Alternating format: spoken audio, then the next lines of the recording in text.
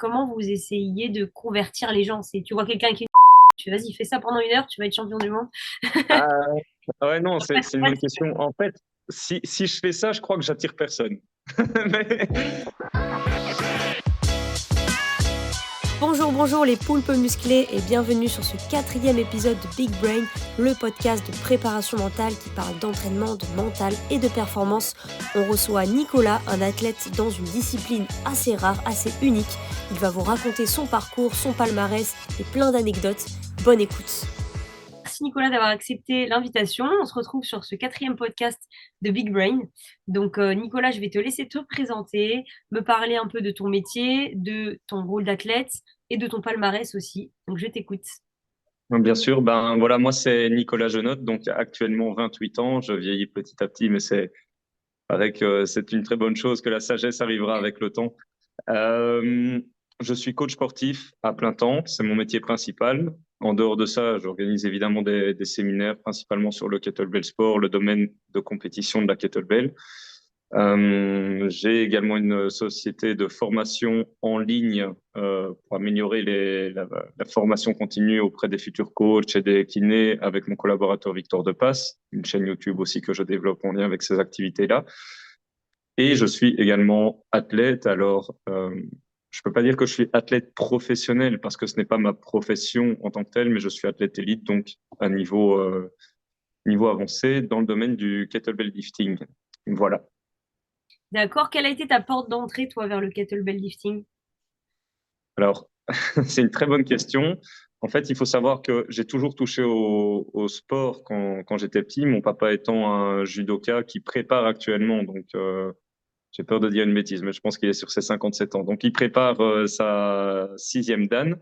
Mhm. Je me demande si la sixième dan, d'ailleurs, c'est pas la ceinture spéciale rouge et blanche. Il faudrait que je vérifie si on a des judokas qui nous écoutent. Donc, il m'a plongé là-dedans depuis tout petit. Je me cherchais un petit peu jusqu'à ce que vers 9, 10 ans, je trouve la passion dans le basketball, donc j'adorais ce sport. J'étais pas le plus compétent non plus, mais j'adorais le ballon orange. Et puis je suis monté progressivement, j'ai touché un petit peu à certains niveaux, et puis voilà, sans être professionnel dans ce métier-là. Et je touchais également à la musculation. Et à un moment, ben, je me suis lassé, notamment dû au coaching que je trouvais limité et limitant. Donc, je me suis tourné vers autre chose. J'ai fait ce qu'on appelle du cross-training. Bon, c'était déjà une variante du CrossFit, hein. Clairement, on n'employait juste pas le terme. Donc là, Un petit je instant, devais avoir... pardon. Attends, on va Oui, faire un système. Quand je fais ça, c'est que je te pose une question.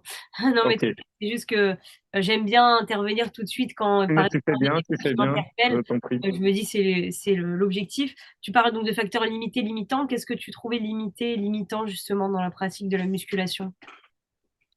C'était pas vraiment dans la pratique de la musculation, c'était plus pour le basketball, le coaching en D'accord. lien avec le basket. Et ce qui était très limité, bon, ben, clairement, c'était les tactiques, mais surtout, et ça a impacté fortement le côté mental, donc peut-être que Mhm. tu y retrouveras, c'est que on te mettait parfois sur le banc, on te faisait ramener sur le banc alors que tu venais de jouer à peine 2 minutes, et on t'expliquait pas pourquoi. Jamais on m'a donné une explication. Voilà, est-ce qu'il y a une erreur dans la tactique ou quoi que ce soit? Non, on savait pas. Donc, pour moi, c'était un coaching très limité parce que D'accord. c'est difficile d'avoir une confiance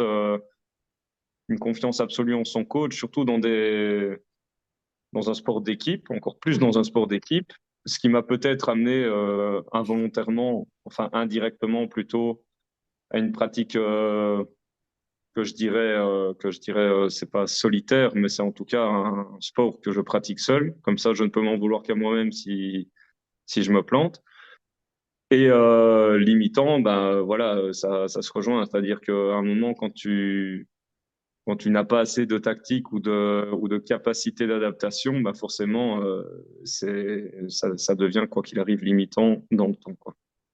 Qu'est-ce qui Donc, je me suis te écarté du permettrait basket à ce moment-là. Ok, qu'est-ce Ouais. qui t'aurait permis de durer davantage dans ce sport si tu avais davantage d'outils aujourd'hui? Bah déjà, clairement, pour moi, la majeure partie euh, qui m'aurait fait durer sans doute davantage dans ce sport-là, c'est la confiance du coach. Parce qu'à un moment, c'est pas le fait de pas jouer qui me posait pas de problème, mais quand tu sais au plus profond de toi que la personne qu'on met en numéro un devant à ton poste et que franchement, c'était un niveau dérisoire, hein. C'était en Provincial 3, c'était vraiment pour s'amuser.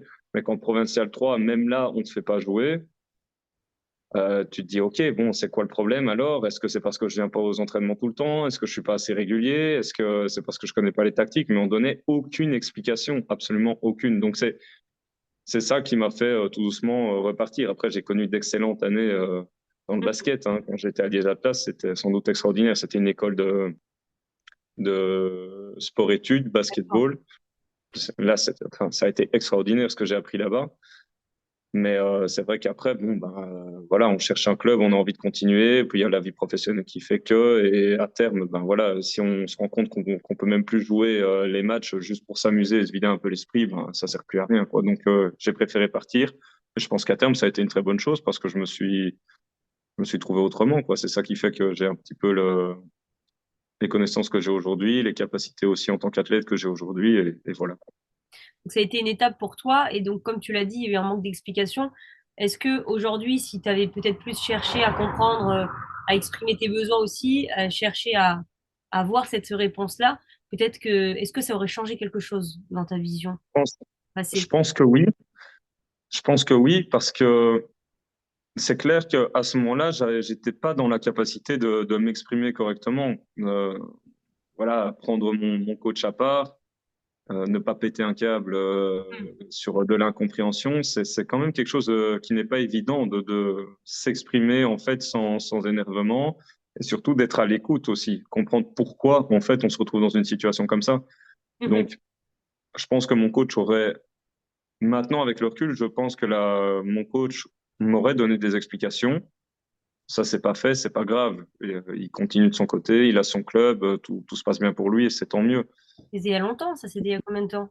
Oui, on est en train de dire que c'était il y a quoi, un peu moins de 10 ans, quoi. Ah oui, ok. Donc, mais ça a amené en tout cas une bascule qui m'a fait beaucoup réfléchir. La preuve est que j'en parle encore maintenant, donc ça m'a Mhm. marqué. Maintenant, voilà, est-ce que j'en veux à qui que ce soit? Non, parce que j'ai une part de responsabilité là-dedans. C'est juste qu'à ce moment-là, j'aurais bien aimé me dire, OK, c'est pour ça que je joue pas, c'est pour ça qu'on ne me fait pas confiance. Comment est-ce que je peux contrebalancer le truc? Tu avais C'est besoin juste ça, de en fait. rationnel pour rassurer ta réaction émotionnelle à ce moment-là. C'est ça. Absolument, Ouais. absolument. Et c'est d'ailleurs ça qui est très marquant, c'est que c'est à ce moment-là que j'ai vraiment compris que quand on entendait un petit peu des phrases bateau, alors dans l'ensemble, on aimerait que ça soit le cas. Tu sais, dans les clips de motivation qui t'expliquent, oui, il faut pas prendre en compte l'émotionnel, tu es là pour tuer quand tu montes sur la plateforme, quand tu vas compétiter, quand tu montes sur le ring, etc. Oui, c'est vrai, c'est totalement vrai. Tu dois pas laisser place à l'émotion. Mais quand il t'arrive quelque chose, à un moment ou à un autre, ça te reste en tête, quoi qu'il arrive. Donc, faut arrêter avec ça. C'est-à-dire que si tu te sens pas bien, tu te sens pas bien. Et ça sert à rien de camoufler ses émotions parce que ça va péter plus tard. Moi, ça, j'en suis intimement convaincu. Maintenant, voilà, il y a des fois, ça tombe le jour d'une compétition, tu as une mauvaise nouvelle, ça va pas, tu as un décès dans la famille, voilà, il y a des choses sur lesquelles on essaye de faire abstraction, mais quoi qu'il arrive, on est impacté émotionnellement. Et c'est ce qui fait l'être humain, d'ailleurs. On n'est pas des robots, c'est ce qui fait l'être humain. Si aujourd'hui on nous enlève les émotions, il nous reste plus grand-chose. Mais c'est que ce qui est problématique, c'est pas de ressentir l'émotion. Finalement, j'apporte un petit peu la vision justement de préparation mentale, c'est de ne pas la comprendre, de ne pas la situer, de ne pas la contextualiser, et de ne pas savoir le message qu'elle veut nous transmettre. Bien sûr que dans le sport de haut niveau, moi, mon rôle, c'est d'apprendre aux athlètes à gérer leurs émotions. Donc, pour ça, il faut avoir un minimum de connaissance de soi, d'interprétation, de savoir quel est le message que mon corps m'indique, quelle est l'émotion euh, que je ressens et comment elle se manifeste. Et donc, c'est sûr qu'il n'y a pas de secret quand tu es sportif de haut niveau.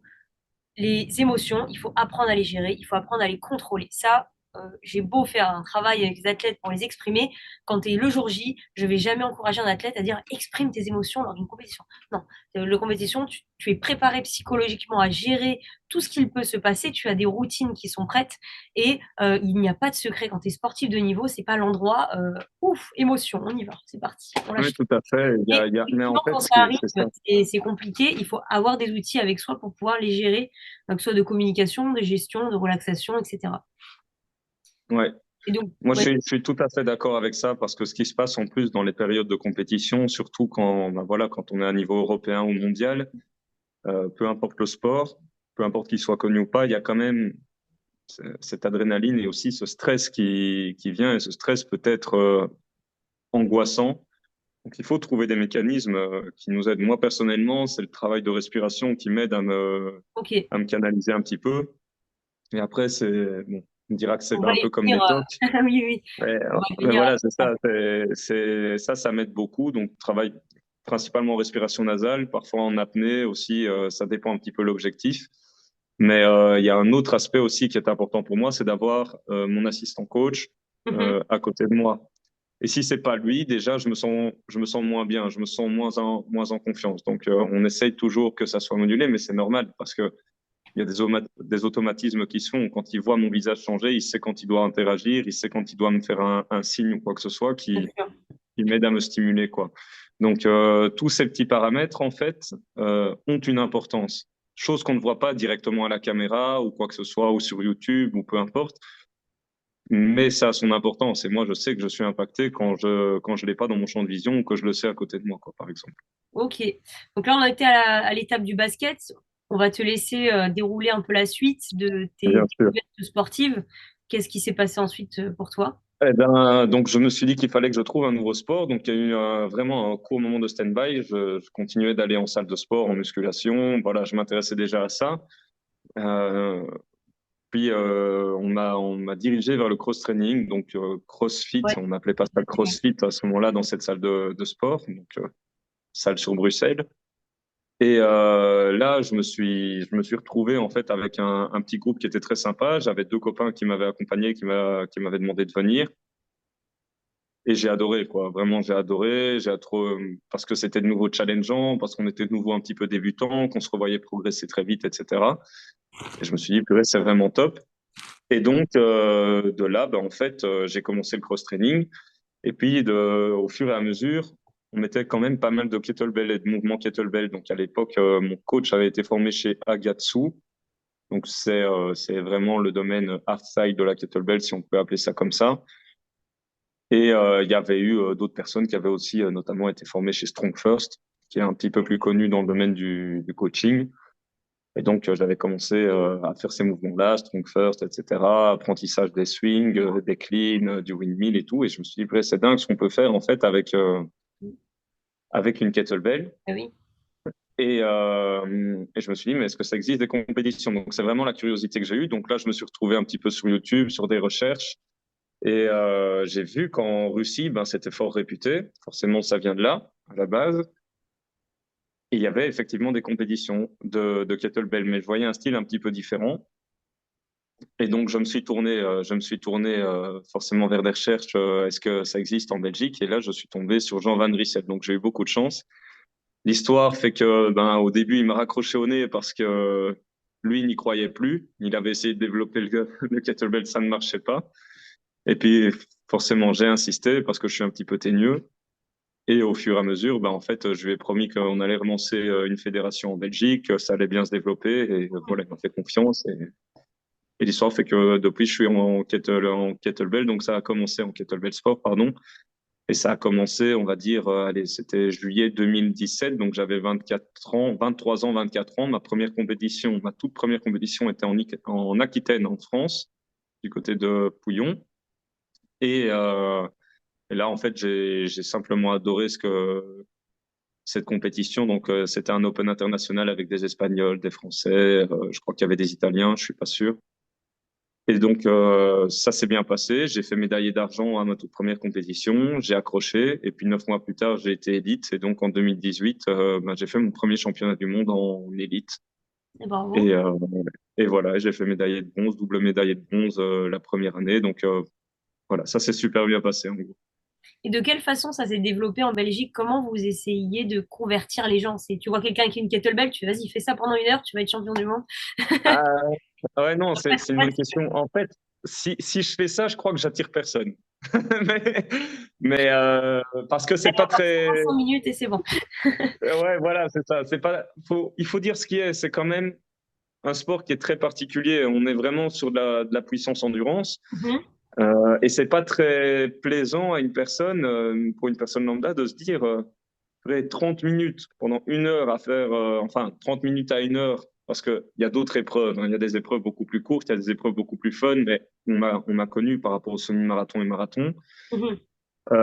Se dire, OK, je vais faire le même mouvement pendant 30 minutes ou 1 heure sans la poser au sol. Déjà, psychologiquement, enfin, ça semble affreux. Est-ce que tu peux expliquer un petit peu les modalités, comment ça se passe? C'est vrai qu'on n'a pas pris le temps d'expliquer ce qui était Oui, tout à fait. Tout à fait. comment tu appelles ça, le kettlebell lifting, kettlebell sport? Est-ce que même Oui, la dénomination change l'objectif? Explique. alors, c'est des bonnes remarques. Donc, kettlebell lifting, c'est juste le terme anglais qu'on emploie pour dire kettlebell sport, en gros. Donc, souvent, on dit, il fait de la kettlebell. En fait, je fais pas de la kettlebell, je fais du kettlebell sport. Kettlebell sport, c'est la discipline. C'est comme si on disait football ou basketball ou quoi que ce soit. Ça, c'est la première chose. Parce qu'on sait que je profite que j'ai une préparatrice mentale et une passionnée de sport pour en parler ici, parce que les journalistes, apparemment, n'ont toujours pas compris. Que ça soit l'ADH ou RTBF, ils ont toujours pas compris chez nous. Donc voilà, ça, c'est la première chose. On sait jamais que ça pourrait toucher quelqu'un. La deuxième chose, c'est qu'il faut comprendre qu'il y a plusieurs disciplines au sein, pardon, plusieurs épreuves plutôt au sein de cette discipline. Donc, on a ce qu'on appelle le girevoy traditionnel, on a le kettlebell pentathlon, on a les IKMF Games, on a les semi-marathons et on a les marathons, principalement. Ça fait déjà énormément de disciplines et déjà là, on a tendance à perdre un petit peu les gens. Donc, il faut vraiment bien comprendre tout ça et que ces disciplines dépendent des différentes fédérations qu'il y a dans le monde. Certaines ne sont que liées au traditionnel, certaines ne font que du semi-marathon et d'autres disciplines associées. Et c'est comme ça qu'en fait, tu touches un maximum de gens. Donc, tu n'es pas obligé, quand tu veux commencer le kettlebell sport, de faire du semi-marathon, 30 minutes sans poser au sol, avec des poids de 32, 36 ou 40 kilos, ou même 24 kilos. Tu n'es pas obligé de faire 1 heure. Il y a des pentathlons, il y a des petites épreuves de 10 minutes sur lesquelles tu peux poser au sol quand tu veux et l'épreuve s'arrête. Il y en a vraiment pour tous les goûts. Il y a des épreuves en double aussi. Donc, Et il y a vraiment de tout, mentalement, la quoi. kettlebell, tu peux poser la kettlebell pendant toute l'épreuve, ça aussi, ça existe. Ouais, ouais, donc en fait, ça C'est c'est vraiment- un autre type d'épreuve, mais effectivement, en fait, quand tu fais ton lift, il y a des épreuves où tu te dis, OK, j'en peux plus, je pose au sol, tes répétitions sont comptabilisées, tu la reprends plus, mais quoi qu'il arrive, tu peux quand même viser un podium. Donc il y en a souvent, il y a beaucoup d'athlètes qui arrivent et qui font 5, 6 minutes, ils posent et puis après, basta. Et ils Ah, arrivent à faire des podiums, par exemple. Donc ça, c'est une autre stratégie, mais ça dépend vraiment du règlement des fédérations de part et d'autre, quoi. et donc, toi, tu es engagé dans quel type d'épreuve? Alors, je pense que j'ai un profil plutôt polyvalent, mais là où je me suis fait connaître, c'est principalement le semi-marathon et le marathon. Maintenant, en 2021, je me suis testé pour la première fois sur du pentathlon. Là, j'ai fait troisième mondial. Et les athlètes qui étaient en face de moi étaient vraiment forts. C'était un Hongrois et un Français qui sont passés devant. Mhm. Mais c'était vraiment une épreuve que j'ai adorée parce qu'en fait, c'est 6 minutes de travail. En fait, on a 5 mouvements, 6 minutes de travail par mouvement, 5 minutes de repos.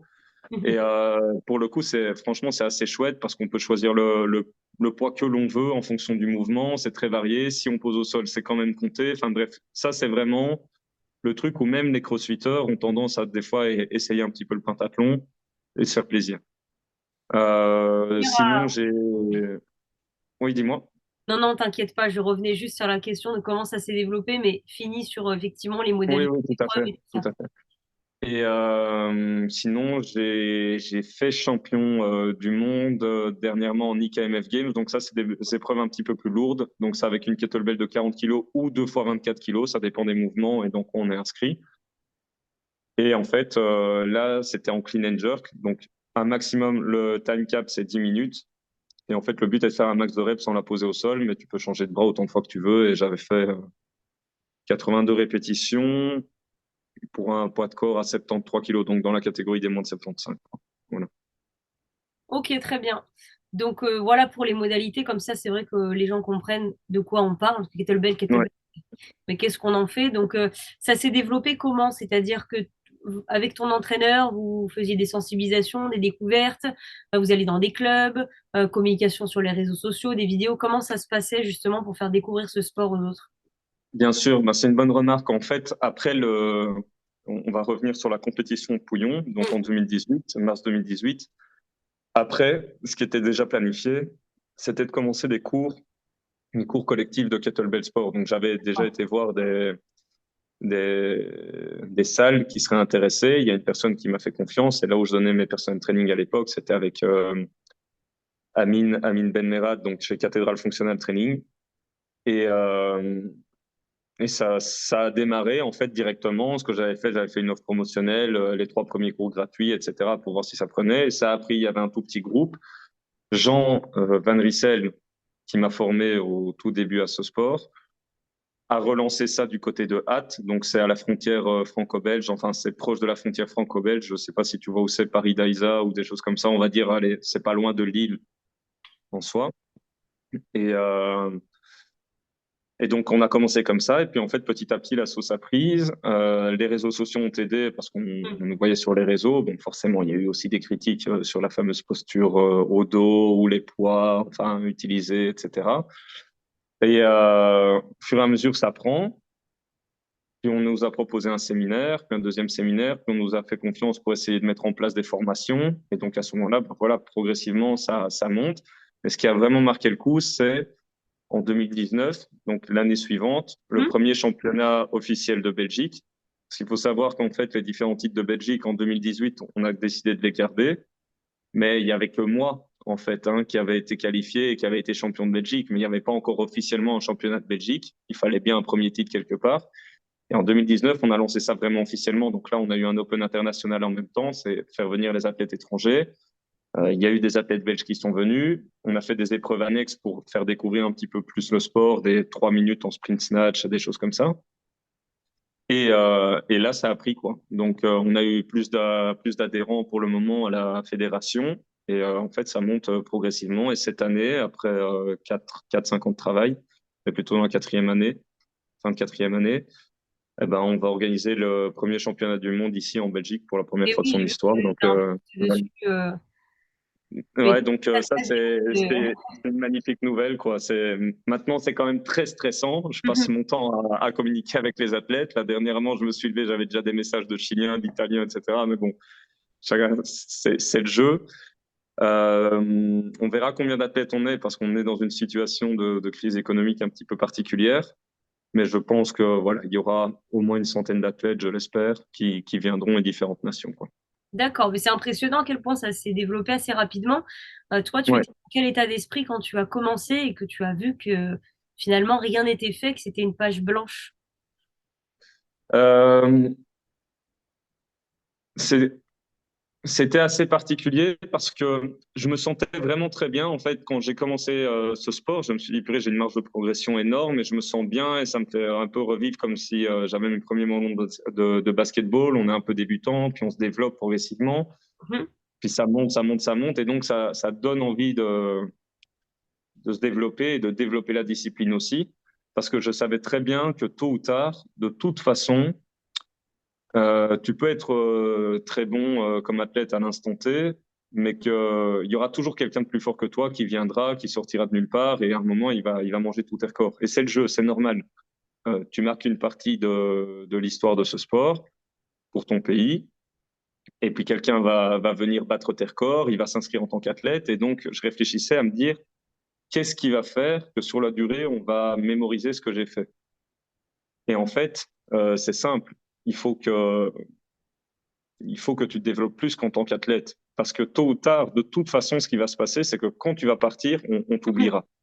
Tu peux avoir fait les records que tu veux, je reste convaincu qu'on t'oubliera. On n'est pas dans le football. C'est-à-dire que c'est encore un sport qui se développe, avec qui on essaye de négocier à la télévision certains passages, au moins sur Ovio, etc. Mais ça prend beaucoup de temps. Donc, pour continuer à ce qu'on se rappelle de toi, il faut développer ce sport, il faut organiser des événements, il faut faire plus qu'être athlète, il faut être coach, il faut être encadrant, il faut être organisateur. Et c'est ça qui m'a donné envie de tenir, en fait, sur la durée. C'est aussi se dire, bon, ben voilà, j'aurais contribué à quelque chose, au moins une Mhm. partie importante de ma vie, et il faut continuer à développer cette discipline comme on peut, tant qu'on a l'énergie pour le faire. D'accord, donc si je comprends bien, déjà, il y a une part de prise de recul euh, dans le fait que tu vas inscrire tes ressources dans un temps donné, tu vas te dire, j'aurais participé à ce temps-là. T'inquiète, ça finit dans 10 minutes, mais on changera de lien. Oui, pas de Donc, problème. je répète, donc, ah mince, tu es toujours là, ouais, désolé, ça m'a affiché, ça m'a masqué. Je suis toujours là. Je suis Donc, toujours là. si je résume un peu tes réponses, d'un côté, tu vas inscrire ton action à un temps donné et tu vas relativiser dans le sens où ben, j'aurais fait partie d'une part importante du développement de ce sport dans un temps, même si ça se développe par la suite, mais très bien, j'étais là. Et d'un côté, tu te reposes pas sur une seule ressource et tu vas essayer d'être Nicolas au lieu d'être athlète, tu vas au-delà de ça et t'inscrire dans différentes dynamiques pour justement, mais comme on dit, faut jamais dépendre d'une seule ressource. D'avoir plusieurs ressources, ça te permet de voir que s'il y a une ressource qui disparaît pour d'autres raisons, tu vois, comme tu dis, si demain il y a un autre athlète qui arrive, qui défonce tous tes records, eh bien, tiens, tu te seras développé dans d'autres ressources, tu auras appris en étant inscrit dans celle-ci. Donc, c'est ce qui te permet de relativiser. Et on voit que tu le fais par plaisir, ça se voit, tu parles beaucoup du jeu, tu parles beaucoup du Mm. sport en lui-même, des mouvements, de la façon dont tu le vis. Donc, c'est ce qui permet aussi de tenir à travers une motivation qui est purement intrinsèque et qui est portée par le challenge de développement et pas que sur, bah tiens, il n'y a personne, je vais avoir tous les records, quoi. Enfin, Oui, et c'est sur ça. Mais en fait, ça et c'est sur une des choses. très extrinsèque de la pratique. C'est une des choses qui est très importante que tu viens de citer là, parce que ce qu'il faut savoir, c'est que forcément, vu que c'est une discipline qui n'était pas encore réputée en Belgique, et les Mhm. gens disent ouais, c'est pas réputé dans le monde, mais c'est pas vrai en fait. Ça existe déjà depuis bien plus longtemps que ce que l'on Mhm. pense, notamment dans les pays de l'Est. C'est juste que ben voilà, nous on a relancé ça en Belgique en 2018 et effectivement ça se développe.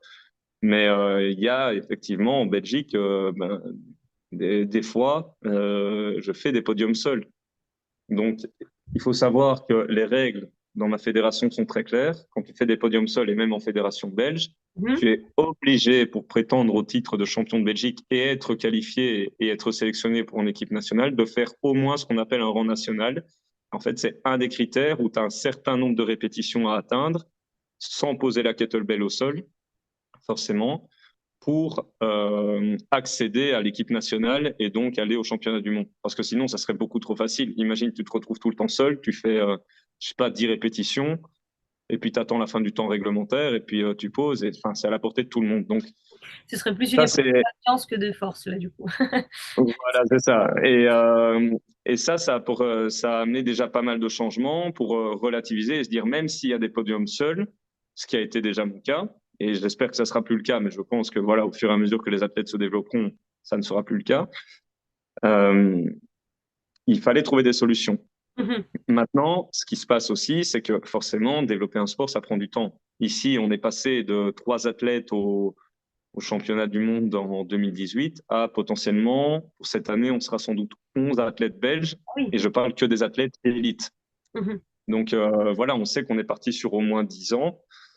Moi, à terme, ce que j'aimerais, c'est avoir une équipe de 20, 30 athlètes, au moins. Donc, c'est en élite. Hein. Pour ce qui est de la fédération belge, j'aimerais au moins 100 affiliés. Ça, c'est D'accord, encore oui, un trop bien. autre D'accord. un domaine, quoi. Mhm. Euh, donc ça, c'est une première chose. Concernant la motivation intrinsèque et extrinsèque, ça, c'est pas intéressant d'avoir en fait des médailles pour avoir des médailles et prétendre au titre mondial. D'ailleurs, la fédération l'a très bien compris au niveau mondial et pour éviter ça, justement, ils ont imposé cette règle-là. Tu peux pas prétendre au titre mondial si tu n'atteins pas un certain niveau. Donc, rang national pour le niveau national et le niveau CMS, donc c'est ce qu'on appelle un certificat Master Sport. Au niveau mondial, si tu l'atteins pas, ben, tu seras pas champion du monde. Tu seras peut-être sur la première place, mais si on te voit avec un titre de champion du monde, ben, tu es sanctionné.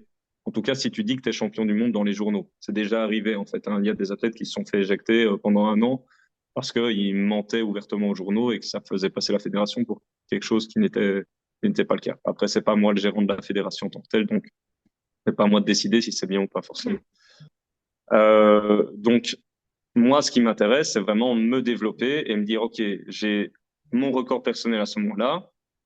Quel est le titre honorifique que j'aimerais aller chercher en me disant, ben voilà, c'est un honneur de recevoir un certain titre, un peu comme un titre de soulier d'or ou de ballon d'or en football. Ben, nous, on a ce qu'on appelle les titres Master Sport et les titres Master Sport World Class. Et moi, c'est ça que je vise. Et je me dis, OK, mon record est là, je vais aller chercher celui-là. Mais ça, c'est une vraie satisfaction personnelle parce que de toute façon, que tu sois seul ou pas sur le podium, ça reconnaît un niveau comme étant un très bon niveau dans la fédération. Quoi Donc, qu'il arrive, ça, c'est tu es seul dans ta catégorie, étant donné que vous avez une grille de repères, ça te permet d'avoir des objectifs qui rythment ta pratique et qui te permettent c'est ça. d'avoir certains statuts sans dire oui, ben, il est tout seul, oui, ben, il le fait en fait. Mais il est tout seul, mais Oui, il est en là, fait, eh et ben, c'est on ça. lui Et demande. donc, ça permet également aux Mm. personnes externes de se dire, ah ouais, quand même, ok, c'est pas n'importe quoi, tu vois.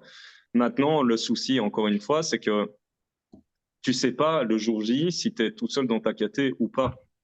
Tu vois, moi, je demande que ça. Par exemple, au pentathlon, on était 9 élites dans ma catégorie de poids. Il y a des fois, sur mon semi-marathon, je me retrouve avec 5 athlètes sur la plateforme, quoi. Mhm. Donc, ouais, bien sûr que moi, j'aimerais me retrouver à 20 et me dire, je me teste, etc. aussi. Bon, c'est déjà arrivé sur des Open internationales de se retrouver à 10 ou à 12. Ça, c'est sympa, c'est un beau groupe. Mais bon, c'est plus au niveau national. Au niveau mondial, je vais pas à me plaindre, il y a toujours des adversaires, ça, c'est pas un souci. Mais en tout cas, pour chez moi.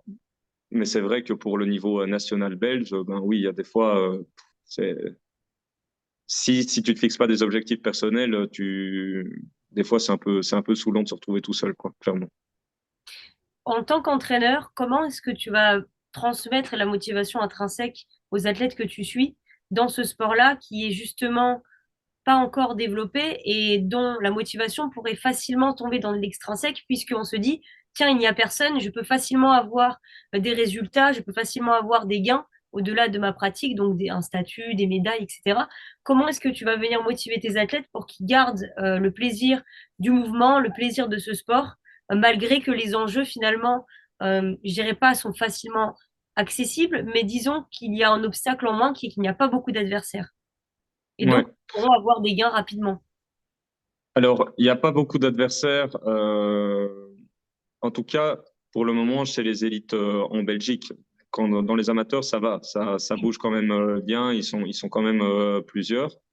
Mais bon, vu qu'il faut un certain grade pour être élite et puis que Il ça arrive, prend j'ai du bien temps, compris, voilà, forcément, c'est le ça qui est plus repère. difficile. Mais Mhm. pour les amateurs, ça va. Il y D'accord. a des adversaires, il y a de quoi bouger. Donc ça, c'est déjà une très bonne chose. Maintenant, on a des élites qui se développent et effectivement, comment répondre à cette problématique quand on entend, par exemple, OK, je suis tout seul, donc c'est facile d'être champion. Donc première chose, Je te dis, déjà, il faut remettre voilà, le c'est débat ça. à sa place. Première chose, c'est recadrer la personne et éviter de sombrer dans une surconfiance parce qu'on se rend très vite compte que l'effort est quand même très difficile à réaliser. Deuxième chose, c'est favoriser l'adhésion. Déjà, c'est fais ce que tu as envie de faire comme mouvement et pas t'imposer un mouvement pour aller chercher un record. De toute façon, ça viendra tout seul. Si tu n'adhères pas à ce que tu fais, il n'y aura pas de plaisir à long terme et donc forcément, tu vas très vite lâcher. Ça, c'est une des optiques que je mets en avant. Donc, l'adhésion. C'est la base de la base du programme. Pour moi, c'est obligé. Il faut que l'athlète prenne plaisir. Si tu n'aimes pas faire un mouvement de clean and jerk, ben, va pas en clean and jerk, en fait. C'est complètement stupide. La deuxième chose, c'est amener le tableau de référencement et lui dire, écoute, voilà, dans ton mouvement, là, il n'y a pas encore de record. Si tu fais au moins ce nombre de répétitions-là, d'ici 6 mois, 1 an, 2 ans, 3 ans, tu as la possibilité d'être dans le record belge et d'être un référencement pour les prochains athlètes. Ça, déjà, ça donne un petit peps au niveau motivationnel. Bien sûr. La dernière chose, c'est aussi, d'un point de vue personnel, se dire, voilà, tu es dans ce mouvement-là, dans cette discipline-là, regarde, tu es pour le moment sur ce tableau-ci, tu as une marge de progression pour être ensuite certificat Master Sport, puis Master Sport, puis pourquoi pas Master Sport World Class. Voilà les objectifs pour y arriver. On peut monter progressivement le panel. Et en fait, quand la personne a une ligne directrice sur le court, moyen et long terme, ça l'aide à favoriser davantage, à booster l'adhésion. Et à ce moment-là, on sait vers quoi on se tourne. On se dit, OK, je pars pour X années. Et surtout, la dernière des choses en tant que coach à prendre en compte, c'est pas lui imposer un rythme en lui disant, écoute, si tu veux élite, c'est comme ça, comme ça, comme ça, comme ça, comme ça. C'est vrai que j'ai tendance à être comme ça parfois, mais c'est pas la bonne solution. C'est plutôt se dire, tu veux être élite, ça va demander davantage de concentration ou d'application dans ces zones-là de ta vie à court terme, à moyen terme, mais ça ne veut pas dire que ce n'est pas possible de mêler la vie de famille avec ce style de vie-là. Ça veut juste dire que tu vas devoir favoriser du temps. Donc, à la place d'imposer une idée, on essaye plutôt d'apporter des solutions à un style de vie existant. Effectivement, si la personne a des enfants et un certain style de vie, c'est plutôt essayer de moduler ce style de vie tout en gardant les choses qui lui font vraiment plaisir et lui dire, écoute, c'est possible de combiner les deux. Il y a des choses sur lesquelles il faudra qu'on travaille un petit peu, que tu laisses un petit peu plus de temps. Est-ce que c'est possible ou pas? Donc, c'est vraiment essayer de moduler son agenda, moduler sa vie actuelle et toutes les contraintes de sa vie actuelle, de son métier, de son travail, pour faire en sorte d'atteindre ses objectifs. Maintenant, il faut également être réaliste et ne pas mentir à son athlète. Si on lui dit, écoute, la personne s'est laissé 2 entraînements par semaine de 40 minutes et veut être élite à haut niveau et avoir un niveau master sport ou master sport world class, euh, non, ce ne sera pas possible. Donc, il ne faut pas mentir aux gens non plus. Et c'est là qu'en fait, l'écoute active rentre en ligne de compte. Cet outil-là est vraiment intéressant. Et surtout, le fait de ne pas mentir aux personnes non plus. C'est ça qui est important. Donc, ça peut aller du simple objectif du fameux summer body pour l'été. Si la personne veut faire 2 entraînements par semaine et, euh, et mange, euh, et mange un apport calorique beaucoup trop élevé par rapport à son objectif, ne respecte pas un apport correct, je fais des guillemets hein, parce que je ne suis pas un spécialiste de la nutrition non plus, des macronutriments et des micronutriments, ben non, il faut d'abord remoduler son système de pensée pour qu'il atteigne ses objectifs et lui faire comprendre qu'effectivement, c'est possible, mais ça va devoir passer par plus de contraintes que ce que l'on pense. Bien sûr, donc si je résume un petit peu les différents moyens employés, d'abord tu vas offrir, on va dire, le champ d'options possibles dans ce sport, donc que ce soit en termes d'épreuves, que ce soit en termes de caractéristiques, sur les visions à long terme que tu peux proposer. Donc, c'est aussi vendre du rêve à la personne, lui montrer ce qu'il est possible de faire, les options qui sont possibles pour lui. Une fois que vous avez ciblé une option, un objectif de résultat, comme on va appeler ça, vous allez un peu mettre de côté cet objectif de résultat et puis tu vas te concentrer finalement sur les étapes qui vont permettre à la personne d'aller vers cet objectif de résultat. Quand est-ce que ce sera prévu? Si c'est, par exemple, pour être élite, j'imagine, comme tu dis, il y a des qualifications, il y a des compétitions qui vont venir avant. Et donc, se concentrer plutôt sur l'entraînement, sur les différents moyens que tu as pour adapter les entraînements à la vie de la personne et venir justement concentrer l'attention sur l'intrinsèque, donc sur les étapes, chaque étape qui constitue l'objectif de résultat. Donc finalement, tu as un vrai rôle à jouer dans ton sport et si je pense c'est ce qui te motive, c'est ce qui t'anime, c'est ce qu'on ressent en tout cas quand tu en parles, c'est qu'il y a différents facteurs à développer et que tu vas essayer vraiment de donner tout ce que tu peux pour que ce sport se développe et que tu puisses faire adhérer à des gens, mais pas seulement adhérer pour faire venir des gens en quantité, mais justement ramener des gens en qualité et les faire adhérer, comme tu l'as bien dit, c'est le premier mot que tu avais dit dès le C'est ça. départ. En fait, le but, tu as très bien ciblé ce que je souhaite, en fait, c'est que le but pour moi, c'est pas d'avoir un maximum d'adhérents et que ça soit des adhérents fantômes. Parce Mhm. que il y a d'autres moyens de gagner de son argent de toute façon. Et puis, c'est même pas rentable et ce n'est même pas l'objectif final. Moi, ce que je veux, c'est que ce sport se fasse connaître et connaître et connaître. Et mine de rien, il se fait connaître, il se développe. Donc, est-ce qu'on peut parler de grande popularité? Je ne sais pas sur quels critères on peut dire que c'est populaire ou pas. Enfin, ça dépend beaucoup d'un pays à un autre, mais en tout cas, on est en phase de développement. Ça, c'est évident. Ce qui ressort aussi, c'est pas mal de clichés, comme on l'a dit. Ah, ils sont toujours tout seuls ou quoi que ce soit. Ce n'est pas vrai non plus, mais il y a une part de vérité aussi là-dedans. Donc, on est en train d'apporter tout ce qu'on peut pour justement y remédier, pardon, pas y régner. Y régner, ça risque d'être compliqué. Et tout à fait. Et enfin, moi, ce que je veux, c'est que les adhérents sentent qu'ils aient le choix, qu'on ne leur impose pas une idée. Et c'est, je pense, ça la clé, en fait, d'une équipe qui est heureuse, qui est épanouie et qui va faire en sorte que sur le long terme, on va en parler de plus en plus. Donc, c'est extrêmement fatigant parce qu'on doit être au petit soin avec les athlètes. C'est très fatigant, mais c'est aussi très gratifiant de recevoir des messages, ah super, je me suis développé, etc. En fait, la gratitude, quelque part, elle est remise au Mhm. coach à terme. C'est comme un investissement que Bien tu sûr. fais, un investissement émotionnel, si on peut appeler ça comme ça, sur l'athlète. Tu consacres du temps, tu mets de la passion, tu mets de l'énergie en croyant en lui. et puis le retour te revient, quoi, Bien tout sûr, simplement. Et ça, c'est méditation, elle est très, très énergivore, on l'oublie souvent.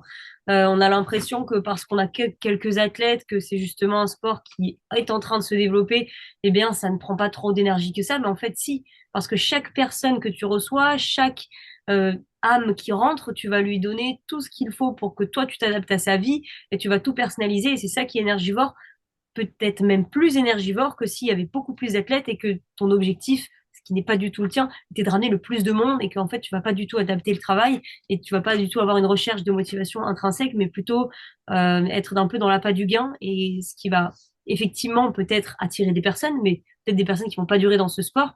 Mais sur le papier, c'est, oh tiens, il y a plein de monde qui s'en inscrit. Oui, mais ils s'en fichent. Donc, je c'est comprends tout ça. à fait tes motivations et à quel point ça peut être énergivore d'être dans cette dynamique-là qui est très prenant émotionnellement, puisque dans la personnalisation, émotionnellement, c'est forcément énergivore. Et il y a aussi un autre aspect, c'est que c'est ce qui est très compliqué aussi. Enfin, c'est pas très compliqué, non. C'est pas vrai de dire que c'est très compliqué quand on sait bien s'entourer et qu'on sait gérer un planning. Donc, j'ai tendance à exagérer sur les mots ici, mais c'est qu'il faut bien prendre en compte que oui, les élites, c'est l'image du sport, c'est ceux qu'on retrouve dans les journaux. Voilà, il n'y a pas de souci, on doit utiliser cette image-là, mais il ne faut pas oublier que en dessous, la structure de base, ce sont les amateurs qui font vivre ce sport. C'est-à-dire que il faut pas les délaisser en disant ouais, lui, il est élite ou quoi que ce soit. C'est grâce aux amateurs aujourd'hui que le sport se construit. Bien sûr, mais oui. C'est eux qui mettent du temps, qui mettent de l'argent, qui ont envie de se faire plaisir avec une petite compétition. Ils savent qu'ils seront jamais élites à long terme. Et ceux-là, il faut les chérir aussi.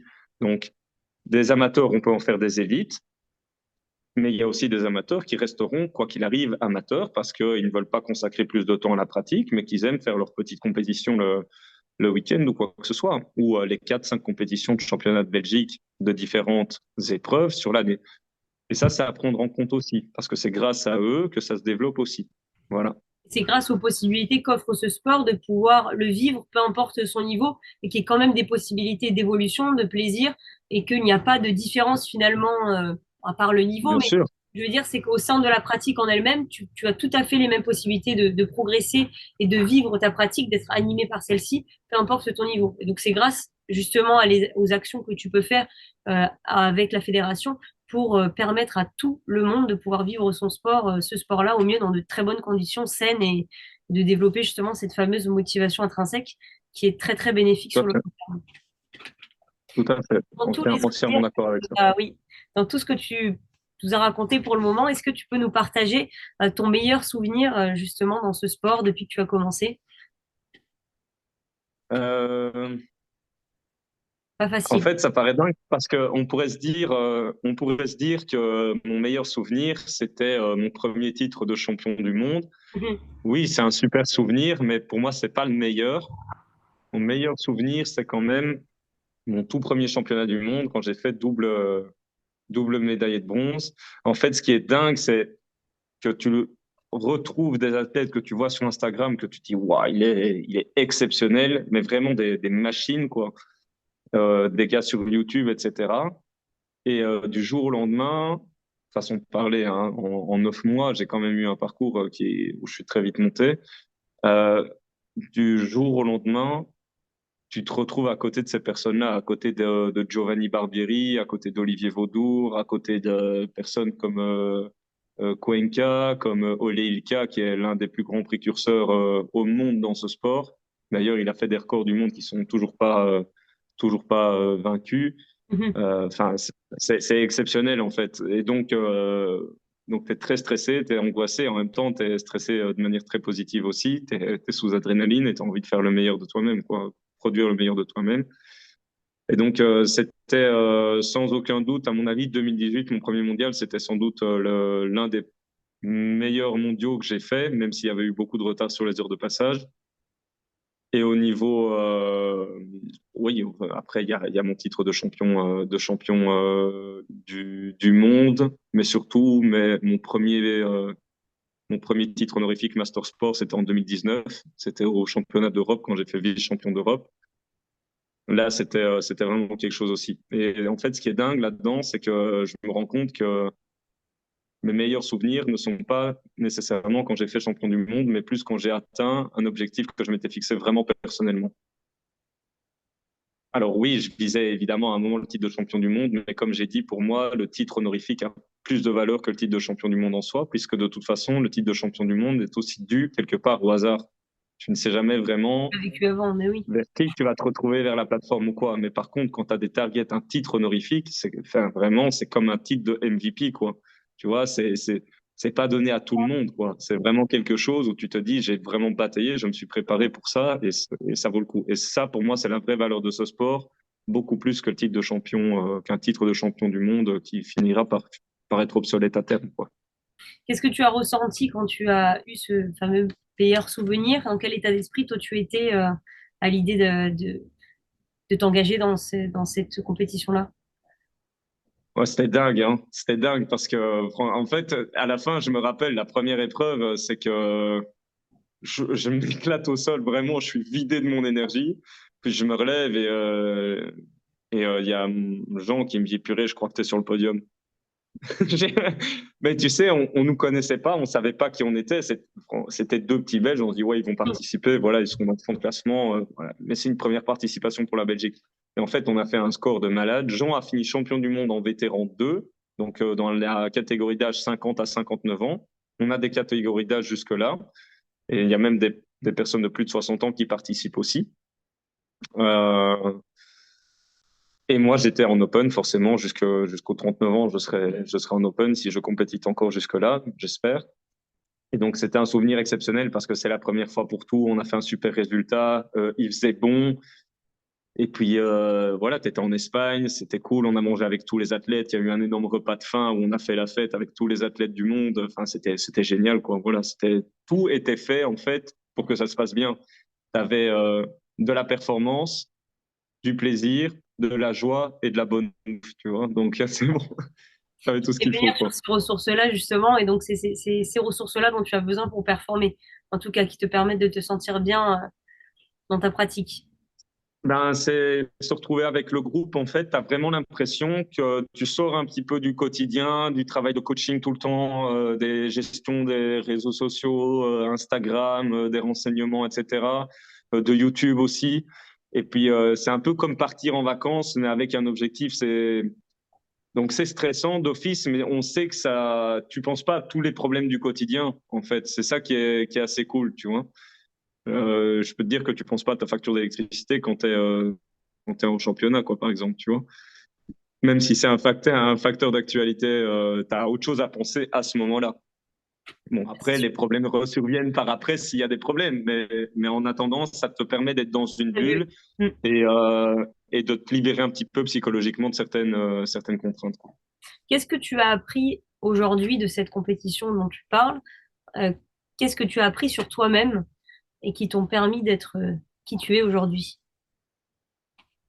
Euh, alors, quand j'ai vu les athlètes qui étaient devant moi, je me suis dit, purée, ils sont incroyables. J'aimerais bien recompétiter contre eux. Malheureusement, je pense que ça n'arrivera plus. Donc, je sais que j'ai eu énormément de chance de me retrouver à côté d'eux sur la plateforme parce que s'il écoute ce podcast, Olivier Vaudour, c'est un Suédois, donc d'origine française. Pour moi, à l'heure actuelle, je sais que c'est quelqu'un de très humble. C'est sans aucun doute l'un des meilleurs athlètes au monde qu'on a connu en IKMF dans les moins de 75 kilos. Je pense que franchement, pour moi, c'était vraiment l'un des meilleurs athlètes qu'on ait connu dans le monde et ça a été un modèle pour moi. Ça a vraiment été un exemple. Et malheureusement, bah voilà, on ne le voit plus parce qu'il a été blessé. J'espère qu'il se remettra d'ailleurs. Donc, en voyant ces athlètes-là, je me suis dit, j'ai envie d'être absolument comme eux, atteindre leur niveau, etc. La deuxième année, t'es affamé, t'es jeune, t'as envie d'être au top, tu veux vraiment aller chercher les premières places. Et une fois que tu l'as, en fait, ben il y a un truc qui change, hein. C'est-à-dire que tu sais que ben, tu seras peut-être l'homme à abattre pour certains pour la prochaine année parce que tu as un championnat du monde découpé en deux parties par an. Et, euh, Et en fait, ton optique, elle change progressivement. Tu dis, j'ai atteint mes objectifs, maintenant je trouve mon plaisir autrement, j'ai envie de me développer juste par rapport aux objectifs que je me suis fixés. J'ai pas, tu t'arrêtes de te comparer aux autres et tu avances différemment et tu prends davantage de plaisir aussi en créant une équipe, en forgeant tes athlètes et en les développant, quoi. J'ai vraiment vu une différence sur ces 4 années où avant j'étais acharné, je voulais être le meilleur, je voulais battre tout le monde, etc. Avec cette mentalité-là, donc ça m'a motivé hein, au début. Sauf que à terme, tu te dis de toute façon, il y aura quelqu'un pour qui te battra. De toute façon, c'est impossible autrement. Donc prends du plaisir autrement, développe-toi autrement, fais les choses pour toi Mhm. et même si c'est encore compliqué, évite de trop te comparer aux autres. Tu te dis, OK, il est inspirant, mais de là à se comparer, c'est quand même presque maladif, quoi. Donc, ce que tu as appris sur toi-même, c'est que tu pouvais aussi te développer dans d'autres secteurs, enfin pas dans d'autres secteurs, mais dans d'autres dimensions Absolument. de la pratique sportive, et qu'avant tu étais Absolument. acharné comme tu l'es toujours, mais c'est différent dans l'ordre de priorité que Voilà, tu... c'est différent. Mon acharnement est différent, tu Ouais, vois. Je suis plus quelqu'un qui est en mode qui sort les dents dès qu'il est sur la plateforme ou quoi que ce soit. Non, voilà, je suis conscient que j'ai des capacités, mais en fait, ben voilà, tant que je donne le meilleur de moi-même en fonction de l'état de forme dans lequel je suis, bon, j'essaie de rester en forme toute l'année. Hein, je suis quand même encadré par des diététiciens. Je m'investis pour moi Mhm. aussi. Ce serait mentir de dire que je prends plus de plaisir en tant qu'athlète. C'est totalement faux. Mais actuellement, c'est vrai que je prends plus de plaisir en créant des athlètes, en les faisant démarrer de rien pour qu'ils montent à un niveau élite. J'en ai quand même forgé quelques-uns, donc c'est pas rien non plus. Je suis assez fier de moi à ce niveau-là. Et ça, pour moi, c'est une vraie récompense, quoi. Un vrai plaisir. Parce que c'est pas facile de forger quelqu'un qui sait pas aligner deux squats, à ensuite le mettre sur une plateforme, quoi, par exemple. Tu d'accord. sens que le plaisir est partagé, il y a un changement vers lequel je me dirige. Et de toute façon, j'en ai déjà parlé plusieurs fois au président de la fédération. Le jour où j'ai envie d'arrêter, je pense que j'aurai une place dans la fédération pour développer davantage le mondial, etc., etc. Toi, aujourd'hui, en Voilà. tant qu'athlète, donc je sais qu'on est un peu sur les deux casquettes, entraîneur-athlète, mais les deux dimensions sont intéressantes à analyser. Donc, en tant qu'athlète, Mhm. de quoi tu as besoin aujourd'hui pour performer dans ce que je vais appeler les routines de performance, les habitudes, les actions que tu mets en place de façon ancrée et automatique qui te permettent aujourd'hui d'optimiser tes performances? Dans Ouais. tous les domaines, je ne parle pas de la prépa mentale spécifiquement, bien sûr. Tout à fait. Alors, déjà, j'ai un échauffement qui est quand même très similaire d'un entraînement à l'autre, parce que ça permet de me rassurer, de me dire, OK, je suis dans le bon. Je dis pas que ça varie pas, hein, parfois, mais relativement similaire. Deuxième chose, donc il y a toujours ces petits travaux de respiration qui m'aident à me dire, OK, canalise, c'est bon, gère ton stress. Et enfin, bah, pour rejoindre du coup un petit peu la préparation mentale, j'ai quand même en tête une imagerie mentale à me dire, OK, ça va se passer comme ça va se passer comme ça, tu te projettes à telle minute, tu sais que tu peux ralentir, à telle minute, tu sais que tu peux faire ça, tu peux réaccélérer. Donc j'ai quand même un plan d'entraînement en fonction du temps que j'ai en face de moi, de façon à me dire, OK, là je peux ralentir un petit peu, là je vais m'hydrater. Donc je m'imagine en fait, je me fais des images en me disant, à ce moment-là je vais faire ça, à ce moment-là je vais faire ça. Si ça se passe pas bien, ou à ce moment-là je suis susceptible d'avoir un petit coup de fatigue et de moins bien me sentir, il faut que j'y sois préparé. Je sais comment rebondir. Je m'hydrate un petit peu, je prends un peu plus de dextrose, etc. Donc voilà, il y a vraiment ces trois facteurs-là. Un, une routine warm-up qui se ressemble. Deux, le travail de respiration si je me sens stressé. Trois, l'imagerie mentale, si je peux appeler ça une imagerie mentale. Je pense que tu es plus qualifié que moi pour le dire. Et donc, ça m'intéresse de savoir comment tu t'y prends, toi, pour faire de l'imagerie mentale. Souvent, je dois être tout seul. Hein. Il faut pas de bruit autour de moi. Donc, ce qu'il y a, c'est que j'ai la chance de savoir dans quelle épreuve je vais être inscrit à l'avance ou comment je peux me préparer à l'avance. Tu vois, on n'est pas comme le CrossFit qui découvre le jour même. OK, vous avez ça comme circuit training, par exemple, tu vois, ou comme WOD, même si WOD, ça veut dire Workout of the Day. On comprend. Ils savent pas quel circuit ils vont avoir. Moi, je le sais. Donc, je sais me préparer également à l'avance en me disant, bon, ce type d'effort, tu l'as déjà vécu. Quand tu analyses les données, tu te dis, Je sais qu'à la 15e minute, j'ai toujours eu beaucoup de mal. À la 18e minute, j'ai eu beaucoup de mal. Qu'est-ce qui a fait que ça n'allait pas? Je mets les choses en place et donc je me prépare déjà à l'avance en me disant, en m'imaginant, OK, à la 15e minute, il est fort probable que ce soit difficile. Voilà ce que tu vas faire. Tu vas relativiser, tu vas souffler un bon coup, tu vas prendre ton dextro, chose que tu faisais pas avant. Tu sais que tu vas passer ce cap, tu sais que ça va être difficile, mais tu sais que tu vas le faire aussi. Donc j'essaye de mettre un mantra positif en me disant, allez, c'est pas insurmontable. Si tu as déjà réussi, tu vas le réussir et encore mieux qu'avant, quoi. Donc là, c'est dans la préparation de l'imagerie, donc tu as une bonne analyse de ton niveau d'expérience, de ta pratique, quoi qu'il arrive. Et ensuite, tu vas vraiment créer une équivalence fonctionnelle entre ce que tu fais physiquement et mentalement. Moi, ce qui m'intéresserait de savoir, c'est vraiment dans la pratique, dans le moment présent de l'imagerie mentale, comment est-ce que tu t'organises? Est-ce que tu fais ça avant ta pratique physique? Est-ce que tu as une routine où tous les jours tu vas pratiquer ça? Est-ce que tu as besoin de certains, je ne sais pas moi, matériels spécifiques? Dans certains lieux pour le pratiquer? Explique-moi un petit peu plus. Alors, voilà, tout à fait. Donc, il faut toujours que ça soit un lieu calme. Mhm. Euh, alors, il n'y a pas une routine particulière en mode, par exemple, 6h30 à 7h du matin ou 6h30 à 6h35, ça dépend. Mais c'est plutôt vraiment juste avant mon entraînement. Je sais que j'ai du temps pour m'entraîner, donc je le fais bien avant mon entraînement. Il faut savoir que mes horaires changent beaucoup. Ils bougent Mhm. beaucoup. Donc forcément, c'est davantage avant l'entraînement que plutôt m'imposer un rythme particulier en me disant, OK, c'est de telle heure à telle heure, etc. Parce que j'ai essayé et je n'y parviens pas en fait. Donc un endroit Donc c'est calme vraiment ça. qui s'adapte à ton rythme Toujours, de la journée, toujours, qui peut toujours, changer. toujours. Il faut que ça soit dans un endroit calme. Dans Tu un as besoin endroit d'une où il y a du bruit, musique? j'arrive pas à me concentrer. La musique m'aide à être plus performant, mais de manière générale, je fais pas de l'imagerie, enfin, j'utilise pas de la musique ou de la méditation semi-consciente pour le faire. Soit c'est juste une voix, mais il faut pas de bruit sonore chez moi. Il faut juste vraiment que je me concentre seul, quoi. Et combien de temps tu fais de l'imagerie mentale? En moyenne, c'est 5 à 10 minutes grand maximum. 5 à 10 minutes, vraiment en m'imaginant chaque partie, chaque moment du lift. Je m'imagine en fait clairement l'épreuve entière, hein. Je me vois vraiment, je sais que les 5 premières minutes, j'ai pas de soucis à avoir. Je sais que je vais assez loin en fait dans la méthode en me disant, OK, je sais que je peux monter jusqu'à telle minute par rapport à ce que j'ai déjà réussi à 14 répétitions par minute, qu'après je vais sans doute me sentir un petit peu en surchauffe. Il va falloir que je redescende un petit peu. Jusqu'où je peux redescendre. Je m'imagine redescendre à 12 répétitions par minute de la 8e à la 12e minute. Donc c'est Mhm. vraiment des schémas assez précis qui dessinent vraiment ma stratégie en fait, hein. C'est Est-ce ça. que tu vas inscrire un mot-clé par période, par exemple? Mhm. Des mots-clés par période, ça, je l'ai pas fait. Ça, je l'ai pas fait, non. Parce qu'indirectement, c'est vrai que quand tu en parles, on sait qu'il y a la phase d'activation, la phase d'échauffement. Ici, là, ça va un peu plus chauffer.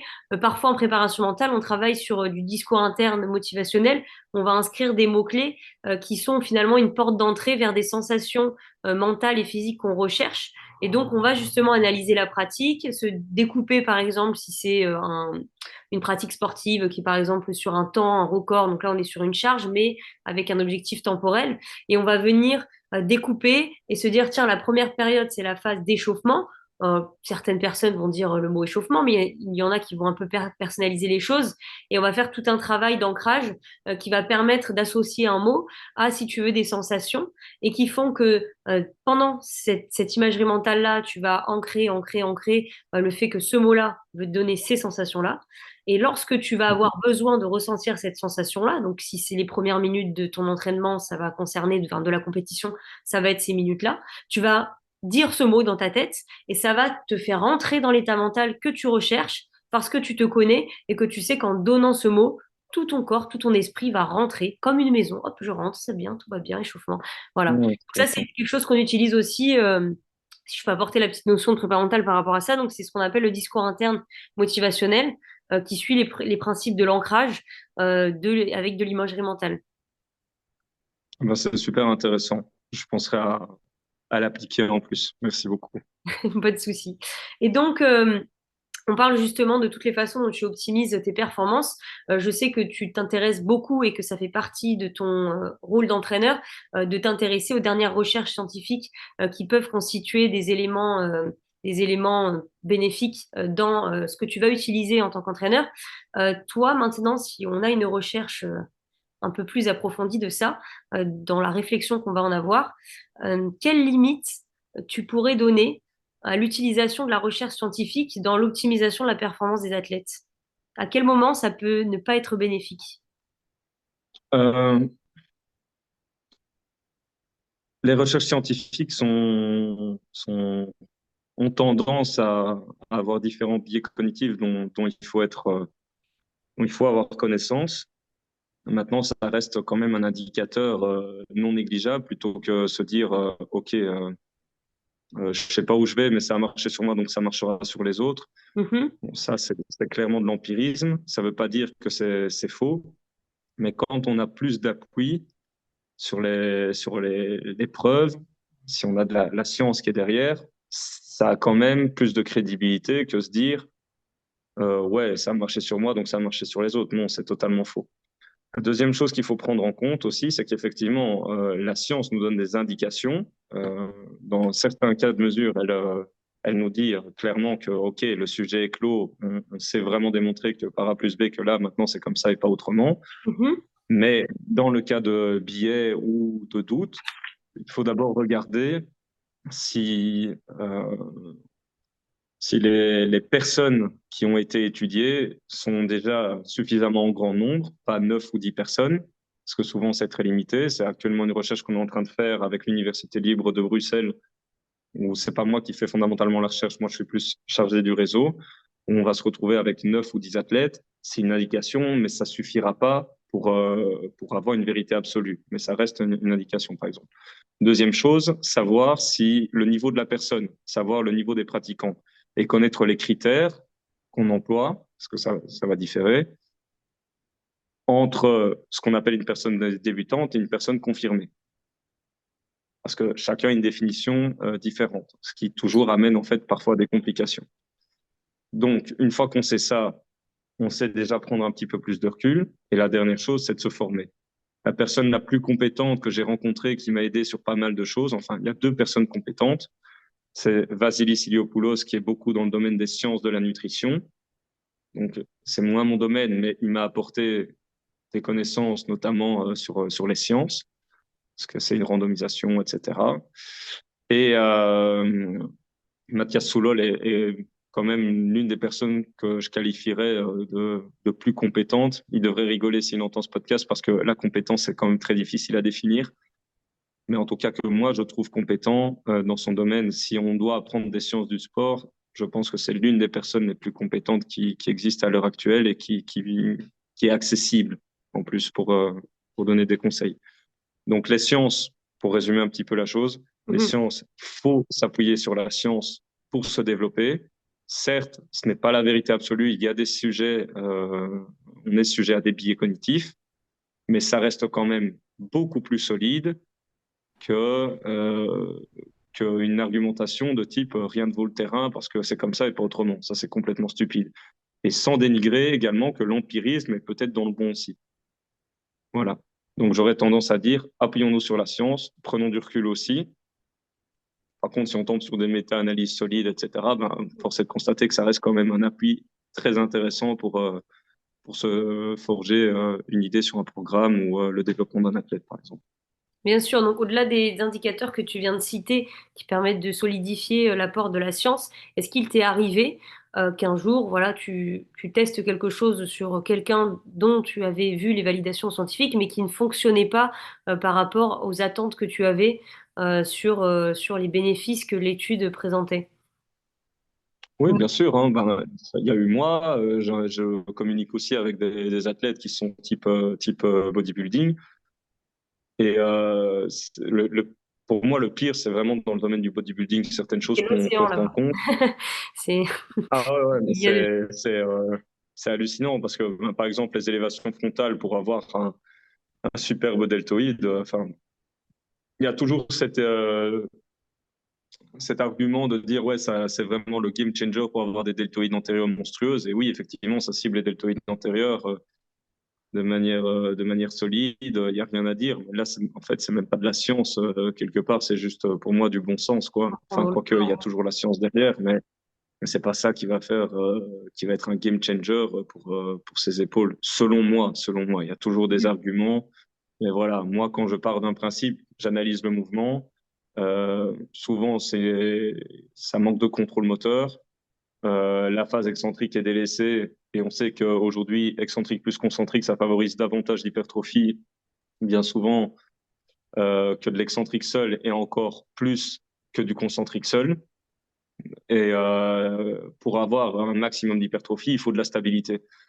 Tu ne le retrouves pas dans ces mouvements. Et encore dernièrement, le mécanisme de surcharge progressive, bien qu'il peut passer par de la répétition, de l'amplitude aussi, l'ajout de poids sur des élévations frontales, c'est quand même très compliqué.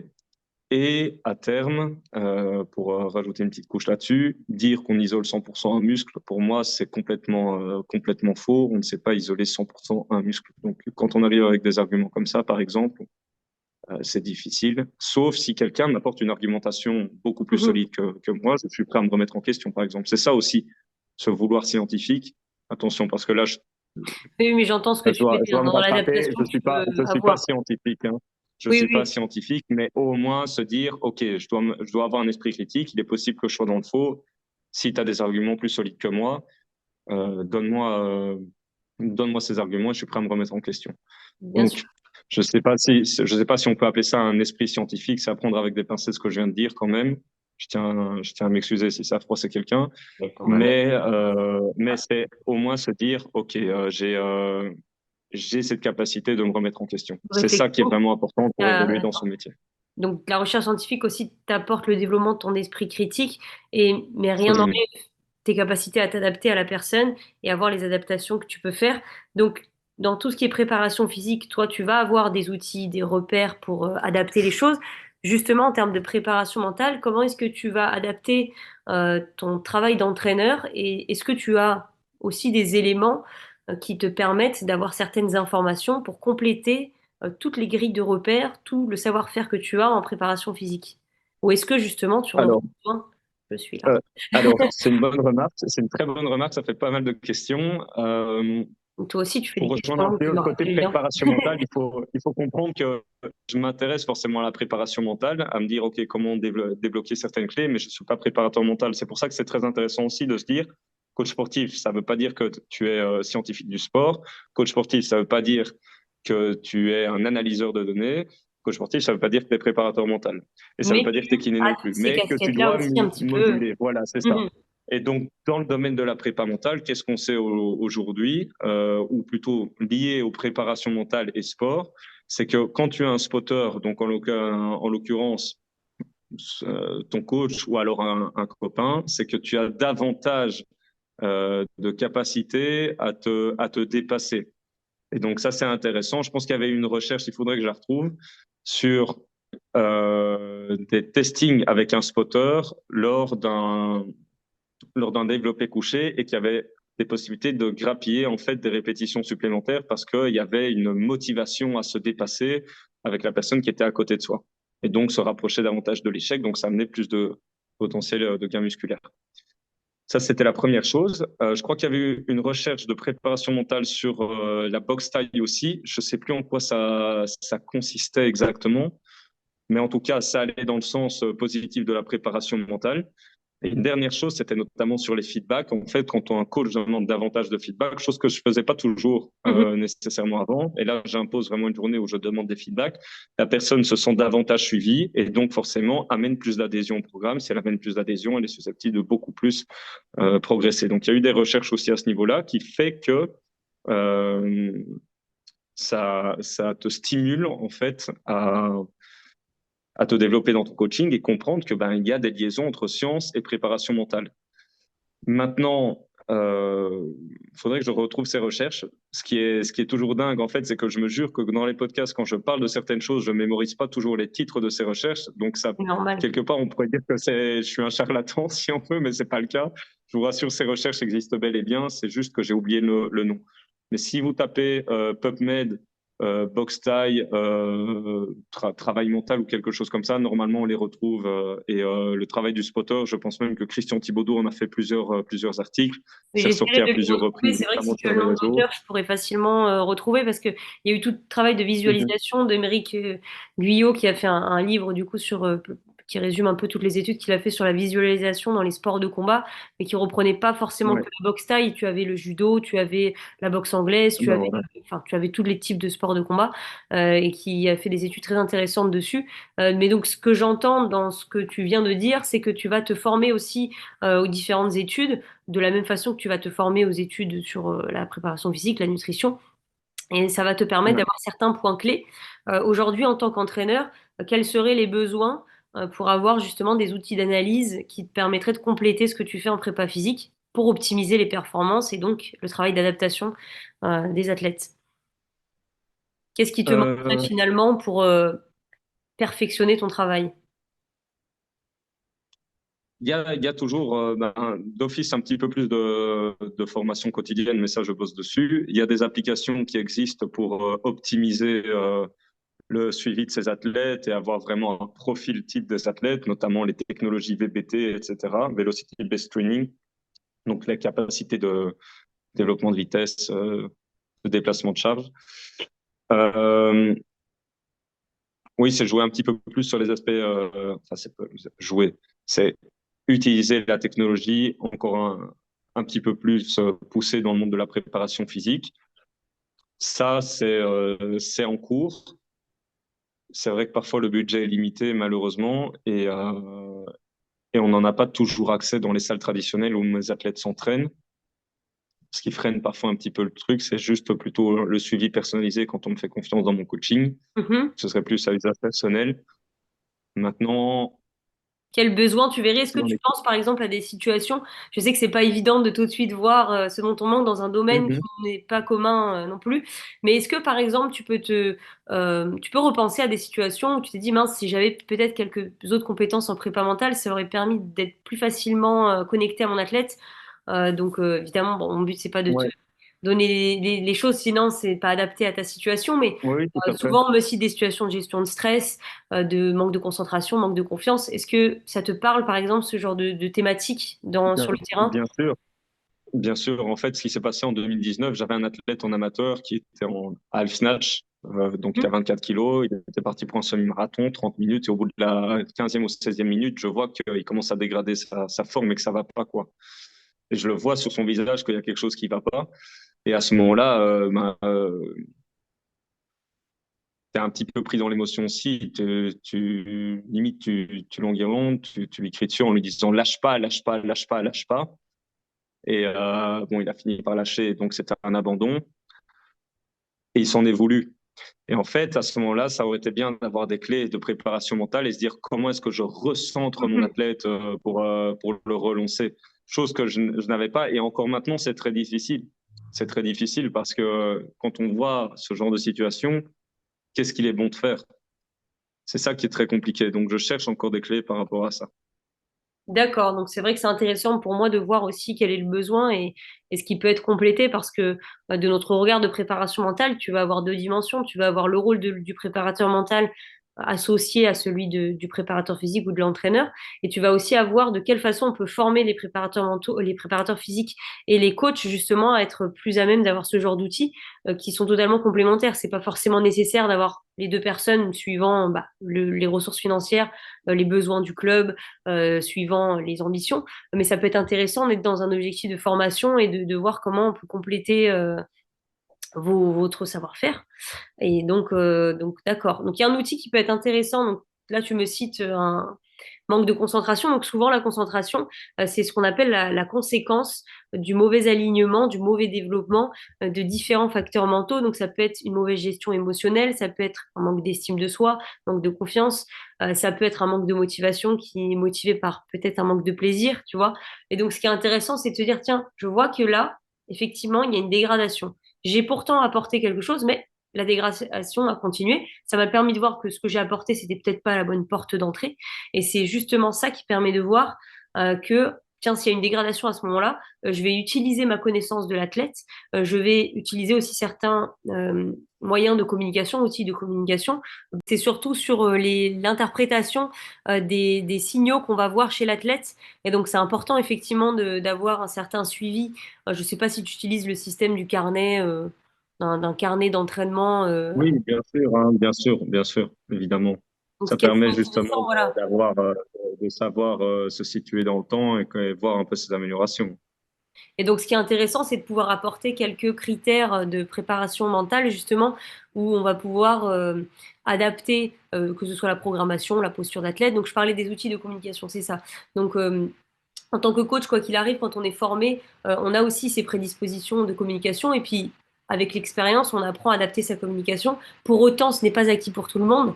Et c'est important que ce soit en préparation mentale ou dans d'autres thématiques, on puisse combler ce type de choses ou perfectionner pour des personnes comme toi qui sont déjà à l'aise sur des outils de communication de base, mais qui, par juste quelques reformulations, quelques mots-clés, on peut permettre de perfectionner ce travail-là.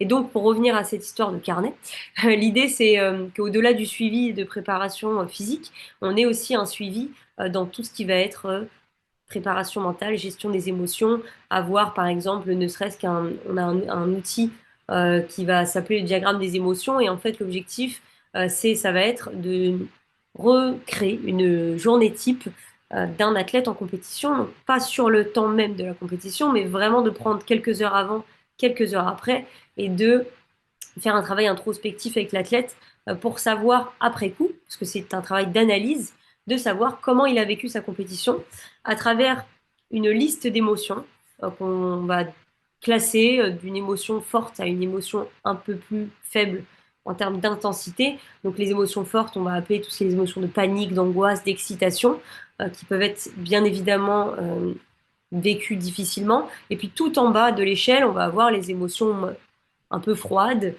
qui vont être du désintérêt, de la démotivation, de la mollesse, être lasse. Et au milieu, on a justement un juste équilibre qu'on va appeler zone de performance.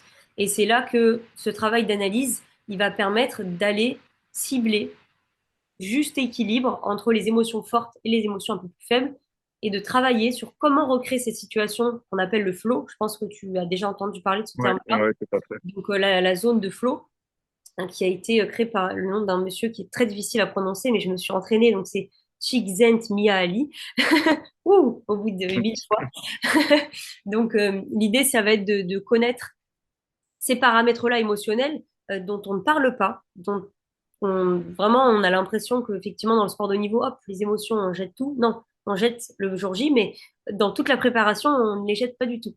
Et au contraire, ça fait partie du travail en amont qui va permettre de faire que l'athlète aura ses performances optimisées. Donc un outil typiquement, donc ça va être justement ce diagramme des émotions.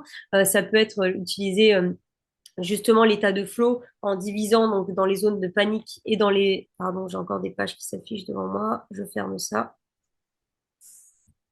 En fait, ça convertit les fichiers juste avant là, de vidéo, donc ça me met... J'ai fait. Ah ouais. Bon, bref. Et donc, tous ces outils-là, est-ce que tu penses que ça peut être intéressant de l'ajouter dans un carnet d'analyse des émotions, analyse du discours interne, création de scripts d'imagerie mentale qui font partie vraiment de la préparation d'un athlète? Bah, je pense que clairement, ça a son intérêt. Je pense même que la préparation mentale est sous-estimée dans la préparation physique. Mhm. On y prend de plus en plus d'importance. Maintenant, je pense que la majorité des gens ne savent pas comment s'y prendre. D'ailleurs, moi-même, tu m'as apporté des clés supplémentaires juste précédemment, notamment en mettant un mot sur certaines zones d'imagerie. Donc, je pense que c'est en train de se développer, que ça a besoin de continuer à se développer et que ça a besoin d'être mis davantage en avant et de prendre ça plus au sérieux pour les athlètes, parce que je reste convaincu qu'il doit y avoir des résultats et qu'il y a beaucoup d'athlètes, d'ailleurs, ça se reflète énormément aussi sur les sports collectifs, qui sont excellents à l'entraînement, excellentissimes, et en match qui perdent leurs moyens, alors que leur talent ne s'envole pas, quoi. Enfin, leur talent, leur travail ne s'envole pas. Et le Donc, travail de oui, l'entraîneur clairement. aussi avec, puisque Ouais. c'est dépendant du travail que l'entraîneur va engager avec cet athlète-là. D'accord, donc c'est effectivement bon à savoir là-dessus. Tu avais parlé tout à l'heure des études scientifiques, donc effectivement, on a PubMed qui est un excellent moyen de trouver facilement des recherches, hein. On a juste à taper motivation athlète et taper le nom d'un sport pour voir s'il y a une recherche scientifique qui a été établie sur un domaine, et on peut voir qu'il y a déjà énormément de recherches en préparation mentale. Bien sûr qu'il y a plein de domaines qui n'ont pas encore été étudiés, il y a plein d'habiletés mentales qui n'ont pas été étudiées, mais l'idée c'est juste de voir, tiens, quelle habileté mentale a été étudiée, quelle est la conséquence qu'on étudie et dans quel sport. Et juste ça, d'avoir ces trois éléments-là et de voir de quelle façon ils peuvent s'imbriquer, on a déjà un certain nombre d'études. Moi, par exemple, donc, tu parlais du judo tout à l'heure, j'ai fait mon mémoire de recherche de Master 1, donc c'était un petit moment. Donc, c'était sur les effets de l'imagerie mentale c'était l'osotogari, donc je ne sais pas si tu vois, sûrement, Mhm. tu vois, donc une prise de judo, les effets de l'imagerie mentale sur cette prise-là et les effets sur l'exécution technique, mais aussi sur la confiance en soi. Donc j'avais plusieurs critères d'évaluation, donc des grilles de savoir-faire, donc que j'ai établi avec un professeur de judo qui m'a créé une grille pour savoir, tiens, comment est-ce qu'on juge qu'un osotogari est bien réalisé. Et puis on a évalué avant le protocole, après le protocole, qui nous a permis de voir s'il y avait des évolutions grâce à l'image mentale. Et on a étudié la confiance en soi, donc à travers une échelle d'auto-efficacité qui permet de savoir, tiens, à quel point je me sens efficace dans ce que je fais, et donc qui permet de situer un peu son sentiment de compétence à un temps T. Et donc, moi, j'utilisais une méthode d'imagerie mentale qui s'appelait le PETLEP. Je ne sais pas si tu as déjà entendu parler de cette méthode-là. J'ai jamais entendu. Donc, c'est une méthode à 7 facteurs qui permet de réaliser une imagerie sous certains critères. Donc, les 7, je vais décrire assez rapidement. Donc, il y a l'environnement, le fait de réaliser l'imagerie dans son lieu de pratique, dans celui qu'on imagine, pour vraiment avoir cette sensation d'être pleinement dans le moment qu'on imagine, d'être dans les habits, les vêtements qu'on utilise quand on pratique notre sport, donc d'être fidèle à son niveau de pratique, de ne pas imaginer un niveau plus avancé ou plus retardé, de respecter le temps d'exécution, de ne pas avoir une rapidité dans ce qu'on fait parce qu'on veut être plus rapide, de vraiment respecter son niveau parce que ça permet de créer une équivalence fonctionnelle.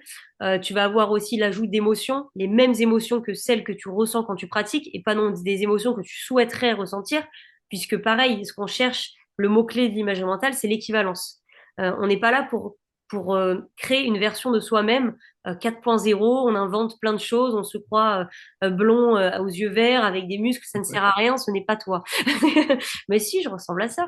Donc l'idée, c'est vraiment de créer une équivalence qui va te permettre de solliciter les mêmes aires cérébrales que lorsque tu pratiques.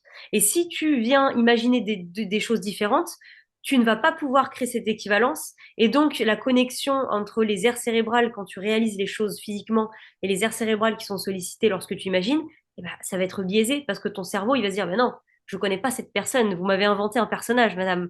Ouais, tout à fait. Donc, c'est important voilà, d'avoir un peu de méthode, je pense. Comme toi, tu utilises l'image mentale, c'est important d'avoir un peu de méthode, je pense, parce que c'est des choses, comme tu dis, il y a des études qui ont été faites là-dessus, ça fonctionne. Il y a des recherches sur différents sports. Donc, l'étude, moi, j'ai fait sur le judo, mais bon, moi, c'est un mémoire de recherche, hein, c'est pas, voilà. Il y a d'autres études qui ont été établies dans la gymnastique, dans le football. Et donc, l'objectif de mon mémoire, c'était d'isoler un facteur. Moi, c'était le facteur émotionnel. Et mes hypothèses étaient que si on accentue sur le facteur émotionnel, en respectant les 7 facteurs, mais en accentuant sur les facteurs émotionnels, le fait de rajouter bien les émotions qu'on ressent, en donnant justement des mots-clés, en faisant parler toutes les sensations kinesthésiques internes et externes que l'athlète ressent, eh bien, il y a un effet sur la confiance en soi. Et en fait, c'est ma recherche, en tout cas, a prouvé que oui. Et il y a une autre recherche qui a été faite dans le football, qui était exactement la même, mais dans un autre sport, qui a prouvé que c'était le cas également. Donc c'est intéressant de voir de quelle façon on peut manipuler ces facteurs-là, et que si on appuie sur un des 2 facteurs, un des 7 facteurs, eh bien on a des résultats sur des points clés. Ouais, c'est intéressant. Et puis surtout, ça se transfère d'une discipline à l'autre aussi. Je mettrai en légende, en description, les études si ça peut intéresser, et j'essaierai de Mhm. retrouver, pourquoi pas, si tu me donnes peut-être plus d'infos sur les études de boxe thaï, je vais voir. Oui, faut que je les retrouve. Si tu me donnes Je juste pense le nom de faut l'auteur, je pouvoir peux les retrouver. retrouver facilement Ça ce qui a marche. été fait. Donc voilà, là-dessus, on a abordé pas mal de sujets. On va finir par quelques questions. Je voulais savoir un petit peu tes projets prochainement. compétition, etc. Qu'est-ce qui Euh, s'est passé? ben, Et aussi personnellement, tes projets de développement, etc. bien Dis-moi. sûr. Alors pour finaliser tout ça, le 8 octobre, actuellement on est le 27 septembre, mais le 8 Oui, octobre 2022, j'ai fait... Ah, excuse-moi, j'ai peut-être juste quelqu'un t'inquiète. qui... Vas-y, vas-y, ce n'est pas grave du Oui. tout.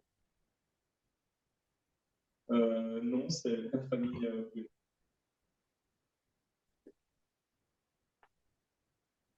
Oui. Ah, vous pouvez laisser le colis à l'entrée, pas de souci, si je le déposerai. Ça va, je vous ouvre.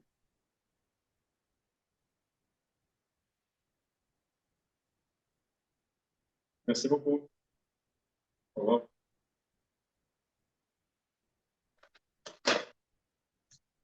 Voilà, excuse-moi. T'inquiète, c'est pas grave, je couperai cette petite partie pour que Euh, l'audio ne soit pas donc, coupée. mes nouveaux objectifs. Pour le 8 octobre 2022, actuellement, on est le 27 septembre. Donc, je ne sais pas quand sortira le podcast, c'est juste pour situer les personnes. Je ferai une tentative de record du monde. Donc, il s'agit de 3 heures de long cycle, qu'on appelle aussi clean and jerk, avec une kettlebell de 20 kilos sans la poser au sol. Je peux changer de bras autant de fois que je veux. Actuellement, le record est détenu par Carl Frederick Johansson. J'espère que j'ai pas trop écorché son nom, qui détient le record avec 1874 répétitions.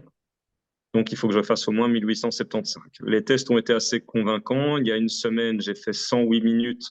Ça s'est très bien passé. J'ai Mhm. juste un petit peu peur, en parlant d'émotion, que mes mains s'ouvrent trop vite, parce qu'à mon avis, d'office, les mains vont s'ouvrir avec le mouvement dilatoire, la transpiration, etc. Et que ça me freine énormément. Donc, voilà, ça va être un bon challenge. C'est pour bientôt. Il y a du stress très positif et il y a aussi un petit peu de crainte. Donc, j'essaye de trouver les derniers ajustements, mais dans l'ensemble, tous mes tests se sont bien passés. Comment tu Ensuite, comptes faire, pardon, par rapport aux non, mains, non, dis-moi, tu as dis-moi. posé un obstacle, quelque chose qui peut se produire. Comment est-ce que tu comptes faire pour pallier ceci? Euh, bon, il y a toujours l'apport en magnésie et en fait, il y a aussi le mécanisme de talc qui fait que ça durcit un petit peu la paume des mains progressivement. On l'utilise pour les pieds, pour les coureurs notamment qui font des extrêmes, etc. Et donc, c'est une des stratégies que je vais employer pour protéger mes mains le plus longtemps possible, quoi. Ok, très bien. Est-ce que tu as d'autres appréhensions par rapport à cette échéance? Euh, c'est quel- c'est une activité, enfin une épreuve que j'ai encore jamais faite, mais en dehors de ça, non. Non, clairement, il n'y a pas de crainte. Bien sûr, il y a du stress, mais je pense que ça sera de toute façon une belle expérience. Donc, vraiment, il y a, je pense que ça tournera en positif quoi qu'il arrive, quoi. Quoi qu'il arrive, ce sera une source d'apprentissage pour toi. Clairement, clairement. Et pour revenir aux dates suivantes en tant qu'athlète, il y a le 22 octobre. Là, j'irai au premier championnat du monde de mass lifting, mais je vais compétiter en tant qu'amateur. Ok. Donc, c'est vraiment les Ouais, c'est championnats de mass bell. Ouais, voilà, ouais, l'espèce il y de a un gros petit peu bâton qui lié. passe derrière. C'est un autre outil ésotérique du fitness. Et le dernier, c'est le championnat du monde en Belgique en tant qu'athlète, quoi. Ce Et sera sinon, quand? c'est à Leuze Arena, donc à Leuze en Hainaut. C'est vraiment pas loin de Lille, hein, c'est à 30 minutes de l'aéroport de Lille. Donc, voilà. À quelle date ce Et sera? ce sera le 18, cérémonie d'ouverture, le 19, première journée de championnat, le 20, seconde journée de championnat, et le 21, ce sera le rangement, quoi. Ce sera la fin, quoi. Mais ce sera à quelle date? À quel mois? 18 novembre, Ah oui, parce que c'est 18, 19 19, novembre 20, je suis et au 20 courant. novembre. Ouais, voilà, c'est ça. Et puis D'accord. voilà, après on fera la clôture de fin de saison. Sinon, à terme, ce que j'aimerais en tant qu'athlète dans ma carrière, c'est au moins avoir le titre honorifique de Master Sport World Class. Donc c'est le plus grand titre honorifique qu'on peut avoir. Ça, il faut encore un tout petit peu de niveau. Je suis passé vraiment 3 fois de suite à ça de l'avoir. Pour ceux qui ne regarderont pas la caméra et qui l'entendront à l'audio, sachez que j'ai fait un petit signe avec mes 2 doigts pour dire que je suis passé vraiment à rien du tout. Et sinon, en tant que coach, ben, c'est continuer à me développer. J'ai vraiment envie de me développer sur YouTube aussi, donc ça prend progressivement. Mhm. La chaîne YouTube MindFit BXL, il y a les réseaux aussi, et continuer à développer des formations. Maintenant, développer des formations, pour développer des formations, c'est pas très intéressant. Surtout si j'ai rien à apprendre. Là, pour le moment, on en a 3 ou 4 de sorties. 4, il me semble. D'accord. Donc, il y en aura prochainement une, à mon avis, sur la programmation, mais je pense qu'il me faudra un bon 8, 9 mois de travail. Donc, voilà, ça, c'est mes objectifs pour fin d'année et 2023. De beaux objectifs et puis on te souhaite bien du courage et j'espère Merci beaucoup. que ça va bien se passer. J'ai une toute dernière question, deux d'ailleurs, deux petites pour finir. Vas-y. La première, ce serait quel conseil tu pourrais donner à un débutant en kettlebell sport qui s'apprête à faire de la compétition? Euh, Pas se mettre d'objectifs très élevés, ne pas se comparer aux autres. Quand je dis objectif pas très élevé, ça ne veut pas dire qu'il faut se sous-estimer, mais voilà, être conscient que la première année, aller chercher un master sport, enfin, logiquement, c'est très, très compliqué. Donc, plutôt se dire, OK, je fais le meilleur de moi-même, j'ai un objectif, si je le dépasse, c'est tant mieux, sinon je fais tout pour me rapprocher de cet objectif sans se mettre un chiffre précis en tête, quoi. Mhm. Comment Et tu fais toi pour ne pas te comparer aux autres? très bonne question. Ben, c'est essayer de déjà ne pas recopier la technique ultime parce qu'elle n'existe pas. Ça, c'est mon avis. C'est que la technique parfaite existe effectivement dans un certain cas de mesure. C'est celle qui s'applique pour toi. Donc, ça sert à rien de recopier les autres parce que de toute façon, ce n'est qu'en pratiquant que tu trouveras la technique qui te correspond le mieux et que Mhm. tu considéreras parfaite parce qu'elle s'adapte à toi et pas à quelqu'un d'autre ou reprise de quelqu'un d'autre. Ou de se Voilà. concentrer sur ses ressources, encore une fois, de son mouvement pour trouver les techniques qui peuvent fonctionner pour nous et de ce fait, d'arrêter de naturellement regarder ce que font les autres puisqu'on aura trouvé notre propre technique qui fonctionne et qui nous C'est fera ça. nous réorienter notre attention vers nous et pas sur les autres. Parce que forcément, quand on se compare aux autres, c'est qu'il y a un manque et qu'il y a une volonté de s'améliorer, mais pas forcément le moyen le plus adéquat, le plus bénéfique en tout cas. Tout à fait, absolument. Ok Voilà. pour ces conseils, merci. Est-ce que tu en aurais d'autres ou tu as fait le tour, ne pas se comparer? Euh, non, je pourrais juste dire que j'ai sorti un livre, Oui, enfin la réédition de mon livre, qui est on pensait disponible autrement. sur Amazon, voilà. Et si on pensait autrement, donc c'est parler des mythes et des croyances populaires du sport et de l'activité physique, essayer d'avoir un avis plus nuancé, chose que je n'ai pas toujours eue. Et donc justement, je me suis dit, bon, bah, c'est bien si je sors un livre et qu'en plus il a été relu par certaines personnes qui ont approuvé le choix, qui ont apporté un petit peu leur patte à l'édifice, je pense notamment à Geek and Fit. Donc voilà, c'est peut-être la seule chose que j'ai à dire dernièrement si les gens sont intéressés pour le milieu du fitness et du sport. Les sports de force, ok. Très Ouais. bien. Et dernière question, vraiment, c'est la dernière. Aujourd'hui, sur quel savoir-être tu aimerais développer encore? Euh, Au niveau du savoir-être, on parle plutôt de comment discuter, comment aborder une personne. Alors, on va dire que je ne parle pas, pour éliminer ce qui ne comprend pas ma question, on ne parle pas de ton savoir-faire technique en tant qu'entraîneur, d'appliquer certaines méthodes, on parle vraiment de ton savoir-être, de tes ressources mentales, des habiletés mentales que tu disposes. Euh, quelle serait quelle serait l'habileté mentale sur laquelle tu prioriserais ton travail aujourd'hui si tu voulais te développer personnellement en tant qu'athlète ou entraîneur? Ça, c'est pas compliqué pour moi. C'est trouver les méthodologies pour atténuer mon stress quotidiennement. D'accord. C'est certainement, sans doute, la meilleure des choses qui pourrait m'arriver, c'est débloquer encore certaines clés pour éviter le stress. Alors le stress, enfin, on parle souvent du stress et du cortisol en se disant, ouais, le cortisol, c'est mauvais.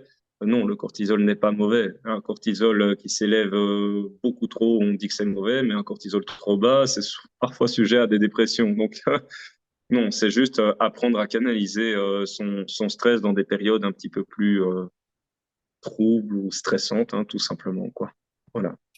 Effectivement, donc de bien analyser aussi ce qui peut te stresser. Mais après, Nicolas, on peut faire une première séance si tu veux. Enfin, il y a toujours je propose toujours une séance offerte si tu veux qu'on regarde un petit peu tout ça. Il n'y a pas de problème. Ça me ferait plaisir de t'apporter ça, surtout que tu es en préparation. Donc, si jamais tu as Bien envie de sûr, travailler un peu là-dessus, ce sera avec plaisir. Donc, n'hésite pas, parce que bien sûr, bien sûr. on parle, on voit quelques outils ensemble qui peuvent t'aider à faire ça. Je suis là. Eh ben, ça Euh, fait, ça fait super plaisir. Merci. Il n'y a pas de souci. En tout cas, je te remercie beaucoup du temps que tu as accordé à ce podcast. Je sais que ça a été assez long et que les discussions ont été riches. J'espère que tu as passé un bon moment, que ça t'a Moi, fait plaisir. très bon, et tu m'as appris des choses en plus, donc franchement, c'est cool. Mais oui. Donc, merci à toi aussi. J'ai appris beaucoup de choses. Merci beaucoup Une à toi bonne aussi. journée. Et puis, une prochaine sûrement. Excellente journée, merci beaucoup, Aline.